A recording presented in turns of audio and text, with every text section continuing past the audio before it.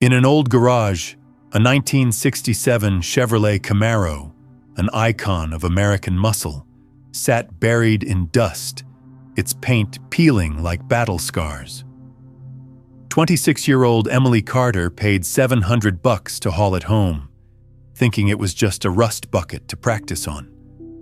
But when she opened the door, it wasn't only dust that stirred. Beneath the seat, she found a grease-stained notebook filled with the handwriting of a young soldier who had fallen in Iraq and a dream left unfinished. This journey would change everything. If you're curious, hit like, subscribe to the channel, and share to spread this legacy story. At 26, Emily Carter struggled to make ends meet in a small Midwest town. By day, she worked part-time at the local NAPA auto parts store. At night, she picked up odd jobs to chip away at her lingering student debt. A stack of her mother's hospital bills sat on the kitchen table, next to a pile of maxed-out credit card statements. The only thing left from her father, killed in a car accident, was an old garage with a leaking tin roof and a battered radio, where he used to blast Springsteen while tightening bolts. Emily hesitated when she heard about a 1967 Chevrolet Camaro shell being sold for $700. It was money she had no business spending. But in the end, she signed the slip, shoved a wad of crumpled bills into the seller's hand, and dragged the car home. Neighbors glanced over, shaking their heads. Another pile of scrap. What is that girl thinking? To them, it was nothing but a rusted carcass. It was a challenge for Emily to finally make something her own, instead of just scraping by. The Camaro was pushed into the center of the garage. The flickering fluorescent lights overhead cast uneven shadows across its peeling paint and corroded panels. Emily pulled out her father's old wooden chair, set her notebook on the workbench, and began listing. Frame, brakes, electrical, fuel. The estimated costs ballooned so fast she felt her chest tighten. She wiped the board clean, rewrote it, and broke the job into more miniature stages, hoping that by tackling it piece by piece, the dream wouldn't devour her whole. Those first days, the garage came alive again with familiar sounds. The clink of a hammer, the dry shriek of bolts seized by decades of rust. Emily pulled the wheels, stripped the seats, and drained the black sludge that once passed for oil, slowly reducing the rust bucket to a bare skeleton. She bagged and labeled every set of bolts and stacked the brittle parts neatly on the shelves. The acrid smell of solvents mixed with burned rubber clung to her clothes and hair. That first night, Emily slumped against the cold concrete wall, staring at the Camaro lying motionless under the humming lights. Her hands trembled, partly from exhaustion, partly from fear. She remembered her father's words, "Nothing's beyond saving, only people who give up." That was the only reason she stayed. Before leaving the garage, Emily wrote in big letters across the whiteboard, "Legacy Build, Phase 0." She stood still, staring at the words in the flicker of the bulb. It wasn't yet a promise, only a beginning. But from that moment, Emily's life had turned onto a different road. Because deep under the rust, she believed a heartbeat was still waiting to be awakened. For 3 straight days, Emily labored over the Camaro.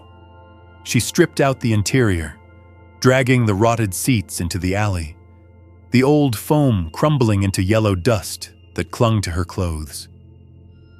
She noticed the steel wasn't flat when she moved to the passenger side floor. A section bulged up, eaten through with rust. Emily grabbed a screwdriver and hammer, tapping lightly. The hollow clang echoed, dust swirling into the air. After a few priests, a gap opened. From it, she pulled out a heavy object, a cracked leather cover soaked with grease, a mechanic's logbook. She carried it to the bench, took a deep breath, and opened it. On the first page, in rough handwriting, Camaro Project, Summer 2007. Beneath it, a name, Daniel Brooks. Emily turned the page, her chest tightening. Inside were more than technical diagrams. The oil-stained sheets were filled with upgrade sketches, from notes about swapping to a big block V8, to parts lists to raise compression. In the margins were doodles of the American flag, alongside a line, "Deployments in 2 weeks. Dad says we'll cruise Route 66 when I'm back." Emily stopped there, staring at the words. In just a few lines, she could feel the urgency of an 18-year-old, hungry to finish his mechanical dream, yet preparing to ship out to war. Each page carried more of his voice. "Carbs still rough, need Dad's help." Or, "Iraq can wait. First, I'll finish this dash toward the end." The handwriting grew short, rushed. "Leaving tomorrow. Keys with Dad. Finish when I'm back." On that page, a water stain had blurred the ink, like something had dripped there years ago. Emily closed the book, her hands trembling. On the bench lay a small photo tucked in plastic. Daniel, with a thin frame and fatigue, stood next to the Camaro when it was whole. His smile was bright, his face still boyish. Behind him loomed the shadow of an older man, surely his father. Emily leaned back in her chair, eyes fixed on the darkened ceiling. The truth pressed her. This wasn't just another abandoned project. It was the unfinished legacy of a young soldier who had fallen in Iraq in 2007. Outside, the wind rattled through the cracked door, carrying the faint hum of the small town at night. Inside was only Emily, the grease-stained logbook, and the bare skeleton of the Camaro. One question echoed in her mind. Did she have the strength to finish a dream without a chance? In the following days, Emily began tearing up the car's floor to treat the rust. As she pried at each corroded steel plate, she noticed something odd. The rivets, near the passenger seat, looked older than the rest. From experience, she knew something was hidden beneath. Emily grabbed a hammer and chisel, tapping steadily. After a few blows, the metal plate popped loose, sparks of rust scattering. She pulled out a small wooden box from the dark cavity, bound with frayed rope. It was heavier than expected. Her grip slipped, and she nearly dropped it onto the concrete floor. Hugging it tight, she set it on the bench, heart pounding. She undid the rope and lifted the lid. Under the yellow lamp, 3 objects lay inside. A silver star medal, its edge scratched and worn. A thinner logbook, its oil-stained pages filled with sketches of upgrades for the Camaro. Disc brakes, a new suspension system, and a special paint Daniel had named Crimson Flame. A savings bond, dated 2007, was never redeemed. In one corner, in handwriting, "For Camaro completion." Emily held the metal, the cold of the metal seeping into her skin. It was not just proof of courage, it was evidence that Daniel had faced combat and never made it home. Her hand trembled as she thought of her father's death in a car accident. The sudden loss, the unfinished plans, all of it surged back. Opening the thinner logbook, she read hurried lines. "If I don't return, I hope someone finishes this for Dad. Semper Fi." Emily's throat tightened. Those 2 words, Semper Fi, the Marine Corps motto, echoed in her mind like a voice from long ago. It wasn't just a message, but a legacy handed down from a generation. At that moment, Emily felt an invisible thread connecting her to Daniel. Both knew what loss was, and both carried emptiness that could never be filled. She placed the 3 relics carefully on the bench, the medal, the logbook, and the bond. On the whiteboard, beneath the words Legacy Build Phase 0, Emily added a new line. Phase 1, Daniel's Dream. The garage was silent except for the buzz of the fluorescent light. Emily sat frozen, eyes fixed on the Camaro.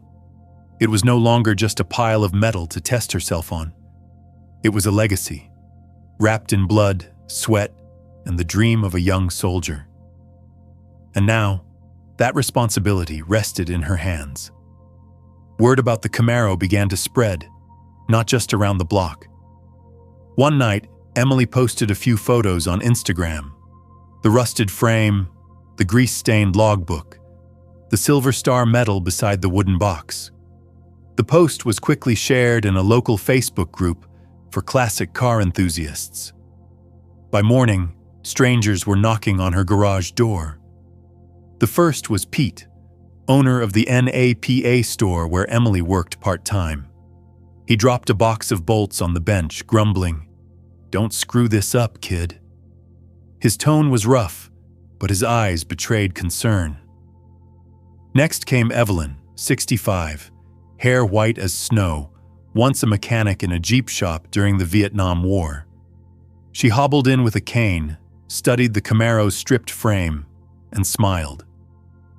She said it had been years since she touched an engine, but her hands still remembered. Evelyn pulled up a chair and slipped on gloves, and from that weekend on, she returned almost every Saturday. One afternoon, Liam, a 15-year-old boy, lingered at the doorway. Emily handed him a strip of steel to grind. His eyes lit up instantly. Later, Emily learned Liam was the son of an Iraq war veteran who often spent evenings at the town's VFW hall. From then on, Liam became the most regular presence in the garage, learning, working, carrying on his father's memory. The atmosphere of the garage shifted. Laughter mingled with the clink of wrenches, the smell of Evelyn's thermos coffee mixed with solvent. Even a few members of the American Legion dropped by, bringing old parts and sharing stories from the war. People weren't coming just to help Emily. They came because they saw pieces of themselves in the Camaro, yet not everyone approved. Some men shook their heads outside.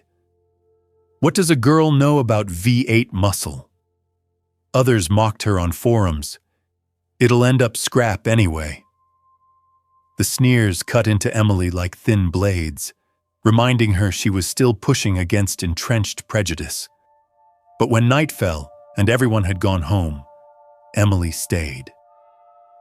She laid her hand on the Camaro's frame, now gleaming more thanks to hours of collective work.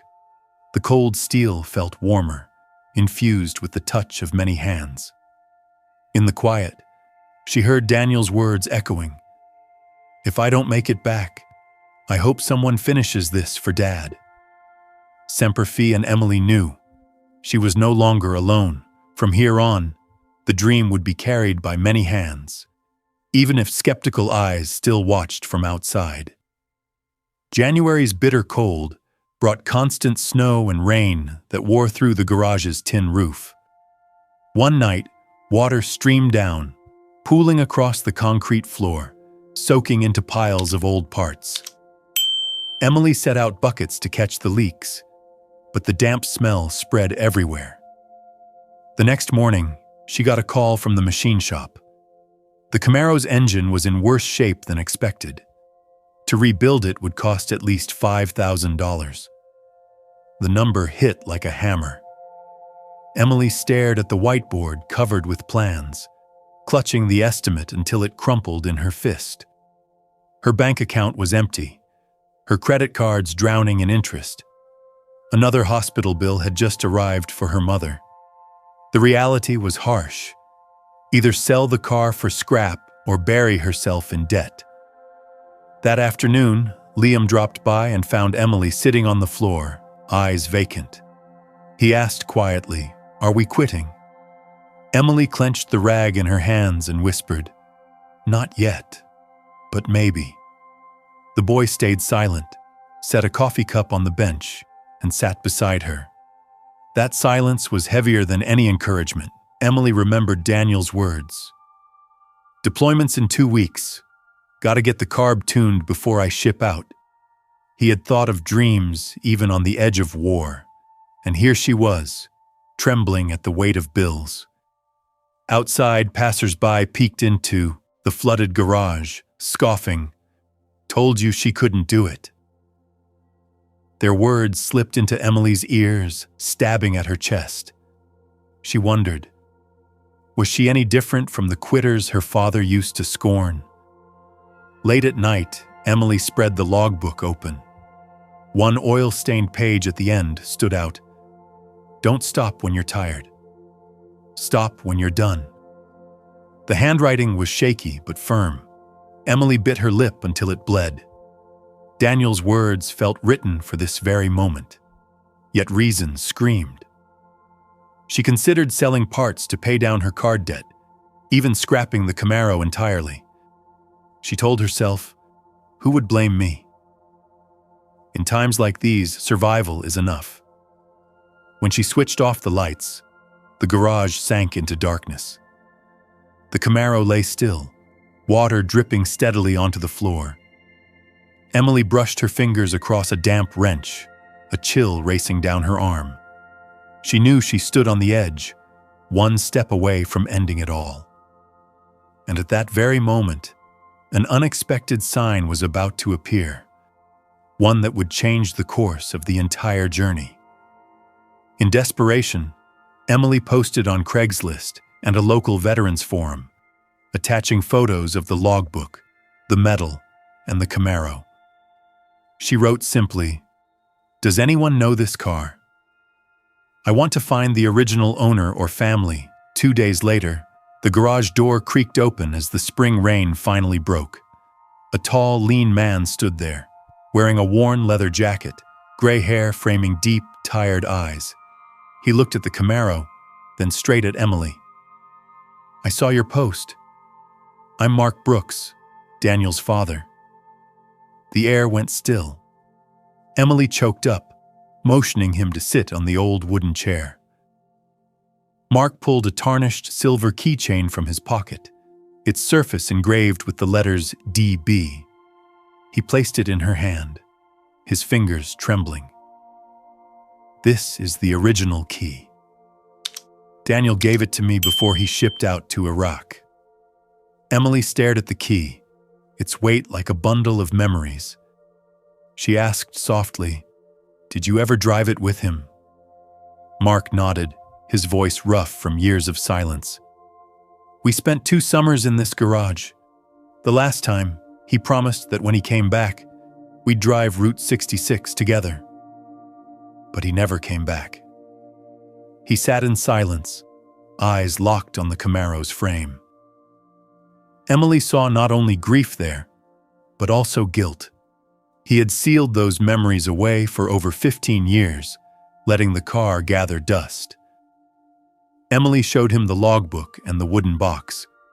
Mark turned each page slowly, his fingers trembling over his son's handwriting. When he reached the last line, "If I don't make it back, I hope someone finishes this for Dad." Semper Fi. His eyes filled red. He gripped Emily's hand tightly and whispered, "I never believed anyone could do it. But seeing you, I know Daniel would be smiling." In that moment, Emily felt a surge of new strength in her veins. This was no longer just a personal project or a community effort.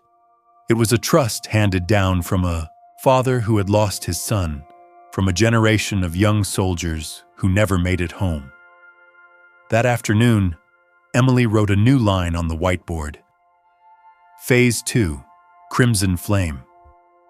Beside it, she hung the silver key engraved with DB, so that she would see why she couldn't quit every time she looked up. The garage glowed late into the night. When Liam returned, he found Emily tightening bolts, her eyes burning with resolve. She said nothing, just pointed to the key on the wall. The boy understood immediately. From here on, there was no turning back.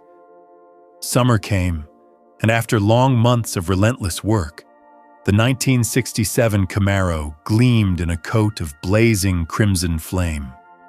Its polished body reflected the sunlight, and when the big block V8 roared to life for the first time, the sound rumbled deep and warm. The garage shook, like a heart jolted back to life after years of silence. Emily stood frozen, tears spilling as the smell of fresh paint mingled with the thunder of raw power. The day of the Woodward Dream Cruise, Michigan's biggest classic car event, was destiny. The avenue overflowed with vintage cars, engines thundering, American flags waving in the crowd's hands. When the red Camaro rolled in, every eye turned. Emily gripped the wheel, Liam sat in the passenger seat, and Mark Brooks followed close behind, his gaze fixed as if watching his son's shadow. Just before the showcase, the engine sputtered and died. Emily's face went pale. She twisted the ignition again. The V8 coughed hoarsely, then went silent. The crowd murmured, restless. Emily held her breath, her hands trembling. Mark stepped forward, laid his weathered hand on her shoulder and said, "Try again." Daniel would never quit. Emily clenched the silver key engraved with DB, drew deep breaths, and turned it. This time, the engine roared to life, thundering like a storm. The crowd erupted, cheers and applause shaking the street. Veterans in the front row raised their hands in salute, tears streaming down their faces. The Camaro was guided onto the display stage. Spotlights washed over its body, the crimson flame shimmering like fire. Emily stepped out, hands still greasy, voice trembling but firm. This car wasn't brought back with bolts and steel alone. It was rebuilt with memories, with a father's love, and with the belief that unfinished dreams are still worth completing. The applause thundered. The crowd didn't just see a car. They saw a story of loss, persistence, and healing. At that moment of climax, Emily turns and hands the key to Mark. He gripped it tightly, eyes blurred with tears. He slid into the driver's seat, his hands shaking on the wheel. The engine growled again. Mark bowed his head, eyes closed as the Camaro rolled forward slowly.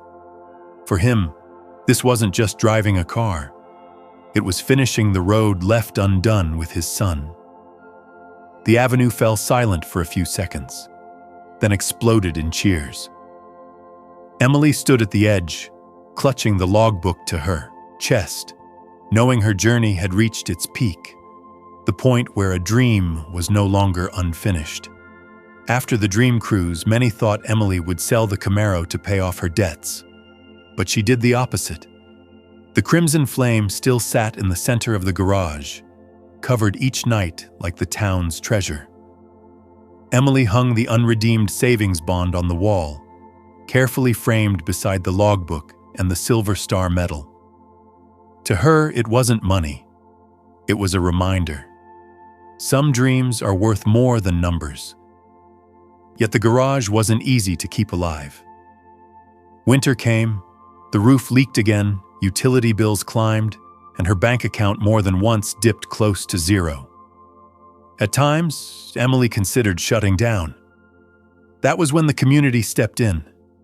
Town residents organized fundraisers, the VFW hall put out a call, and Pete hauled in old parts to sell under a sign reading, "For Legacy Garage." They refused to let the place disappear. The garage wasn't just for fixing cars. It was where they rediscovered faith. Emily officially named the space Legacy Garage. Every weekend, she ran small classes for teenagers. Liam became her assistant, patiently showing others how to tighten bolts and replace spark plugs. Even immigrant kids came, wide-eyed with excitement at touching an American classic engine for the first time. In the laughter, the smell of grease, and the strains of Springsteen from her father's old radio, Emily felt time close a circle. And it wasn't only the classes. Each month, Legacy Garage hosted gatherings. Adults brought barbecue, kids darted around, and veterans shared war stories beside the blazing red Camaro.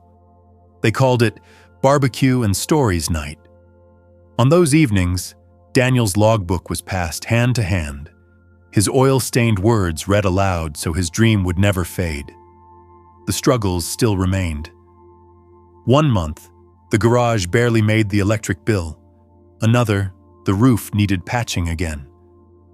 But each time the community rallied, someone donating lumber, another dropping off paint.